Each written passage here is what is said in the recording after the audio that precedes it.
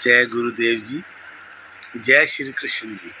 श्री कृष्ण चैतन्य प्रभु नित्यानंद, श्री अद्वैत गदाधर, श्रीवासादि गौर भक्तवृंद। हरे कृष्ण कृष्ण कृष्ण हरे हरे, हरे राम राम राम हरे हरे।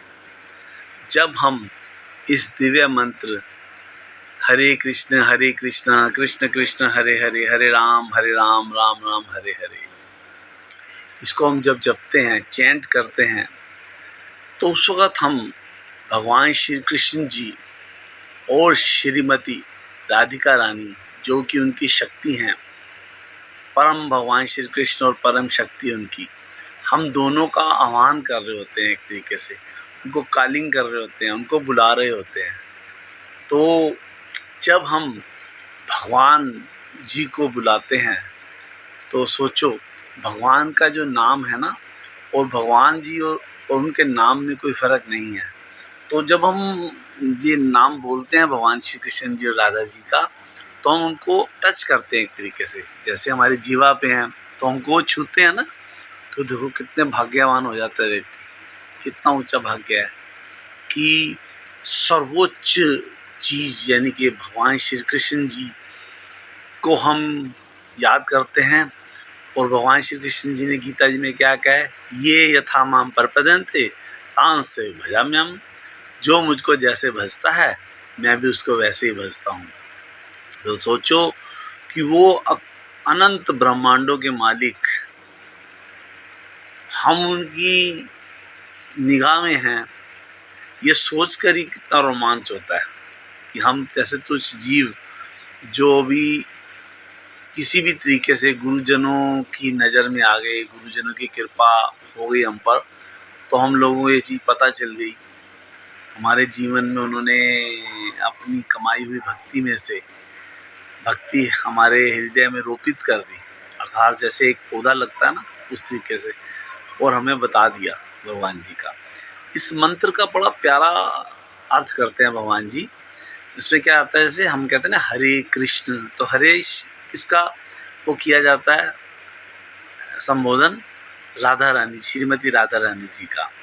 तो हरे कृष्ण, तो यहाँ पर क्या हो गया, हरे कृष्ण दोनों इकट्ठे हैं ना, तो यहाँ क्या हो गया, राधा रानी जी और कृष्ण जी का मिलन हो गया। फिर आ गया हरे कृष्ण, ये यहाँ तो मिलन हो रहा है। फिर क्या आ गया, कृष्ण कृष्ण हरे हरे, तो यहाँ क्या हो गया, विरह। यहाँ कृष्ण कृष्ण इकट्ठे हो गए, हरे हरे इकट्ठे हो गए, यानी कि क्या हो गया, विरह।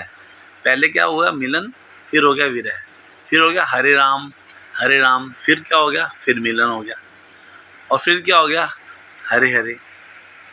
तो ये हरे कृष्ण कृष्ण कृष्ण हरे हरे, हरे राम राम राम हरे हरे हो गया। तो पहले क्या हुआ, मिलन, और फिर हो गया क्या, विरह। तो गुरुदेव बड़ा सुंदर इसका बताते हैं कि जब मिलन होता है ना, तो उसके बाद फिर जब विरह होता है, तो उसके बाद जब दोबारा मिलन होता है, तो उसके बाद क्या होता है कि वो मिलन का जो रस है वो बढ़ जाता है। और तो पहले जो मिलन हुआ तो उसमें जो रस था, अगली बार जब विरह हुआ और बढ़ गया, फिर मिलन हुआ फिर बढ़ गया। तो विरह का भी भगवान श्री कृष्ण जी की बात बताते हुए गुरुदेव बड़ा सुंदर विरह का बड़ा सुंदर खोल कर बताते हैं कि अर्थ क्या है। तो वो कहते हैं विरह को संधिच्छेद कर दो, वी और रह अलग अलग हो गए ना। तो वी का मतलब हो गया विशेष, रह का मतलब रहना, तो विशेष रूप से रहना। विरह का मतलब ये नहीं होता कि दूरी कैसे नहीं होती, क्यों विरह में क्या होता है कि वो जो प्रेमी आपस में मिलन के बाद उनका विरह होता है, यानी कि एक बार बिछुड़ते हैं आपस में, तो वो हर वक्त विरह का मतलब होता है वो हर वक्त विशेष रूप से रहते हैं।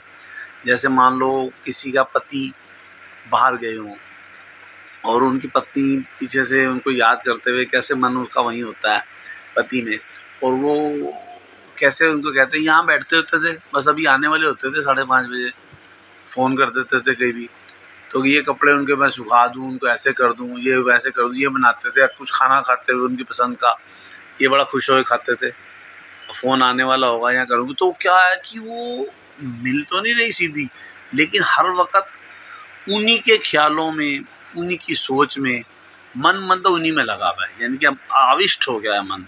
अविष्ट का मतलब होता है लग जाना बीच में। भाई मन और बुद्धि में एक ही चीज़ चल रही है, बस सिर्फ उन्हीं की सोच, उन्हीं की बात करना। तो ये गुरुजी विरह का अर्थ बताते हैं। तो हम लोगों ने भी क्या करना है कि गुरुजी के अनुसार इस महामंत्र का अर्थ समझ के इसको जपना है और भगवान श्री कृष्ण की प्रेम भक्ति पानी है। जय गुरुदेव जी, जय श्री कृष्ण।